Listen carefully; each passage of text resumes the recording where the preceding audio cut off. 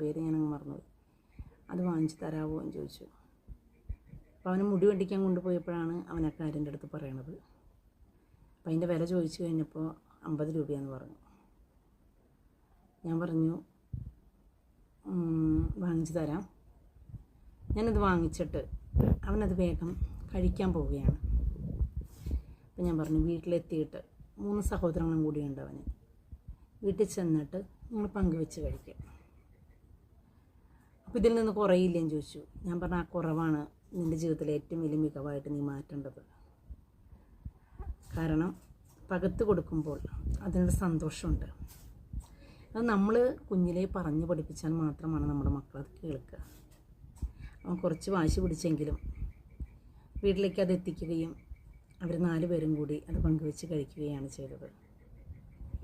എന്നെ കേട്ടുകൊണ്ടിരിക്കുന്ന മാതാപിതാക്കളാണെങ്കിലും സഹോദരങ്ങളാണെങ്കിലും കുഞ്ഞുമക്കളാണെങ്കിലും എനിക്ക് നിങ്ങളോട് പറയാനുള്ളത്, നമ്മളൊരു പിടി ചോറ് ഉണ്ണുന്നുണ്ടെങ്കിൽ അത് ഒരുപാട് പേരുടെ സഹനങ്ങളുടെ അല്ലെങ്കിൽ വിയർപ്പൊഴുക്കലിൻ്റെ ഭാഗമായിട്ടാണ് നമുക്കത് ലഭിച്ചിരിക്കുന്നത്.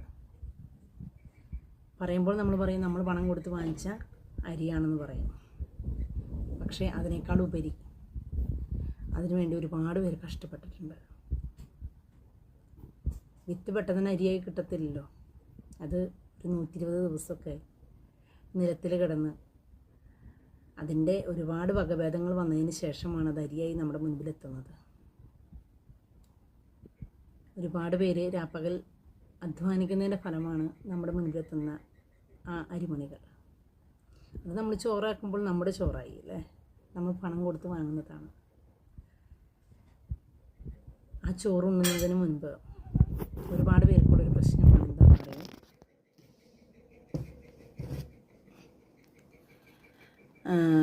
കുറച്ച് ചോറ് കഴിക്കുക, കുറച്ച് ചോറ് കൊണ്ടുപോയി കളയുക.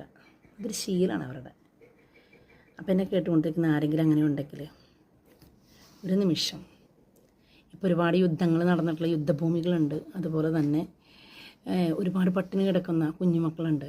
കഴിഞ്ഞ ദിവസം ഒരു 1-2 വീഡിയോസൊക്കെ കണ്ടു കഴിഞ്ഞപ്പോൾ ഒരുപാട് മനസ്സ് വേദനിച്ചു. നമ്മളിവിടെ ഒന്നല്ല എങ്കിൽ പോലും നമ്മുടെ മനസ്സ് വേദനിക്കുന്നുണ്ടെങ്കിൽ നമുക്ക് അങ്ങനത്തെ ഒരു സിറ്റുവേഷൻ വന്നു കഴിഞ്ഞ് കഴിഞ്ഞാൽ നമ്മൾ എന്ത് ചെയ്യും? ആ ഒരു മനോഭാവം നമ്മുടെ മനസ്സിൽ വരണം. അപ്പോൾ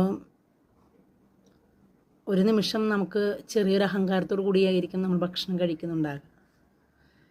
ആ ഭക്ഷണം തന്ന ദൈവത്തിനോട് ഒരു നിമിഷം നന്ദി പറയുകയും അതുപോലെ തന്നെ ഇങ്ങനെയുള്ള കുറേ സഹോദരങ്ങൾ നമ്മുടെ മനസ്സിലേക്ക് ഓടിച്ചെത്തിക്കുകയൊക്കെ ആണെങ്കിലുണ്ടല്ലോ, നമ്മുടെ അഹങ്കാരമൊക്കെ ഒന്ന് മാറ്റി വെച്ച്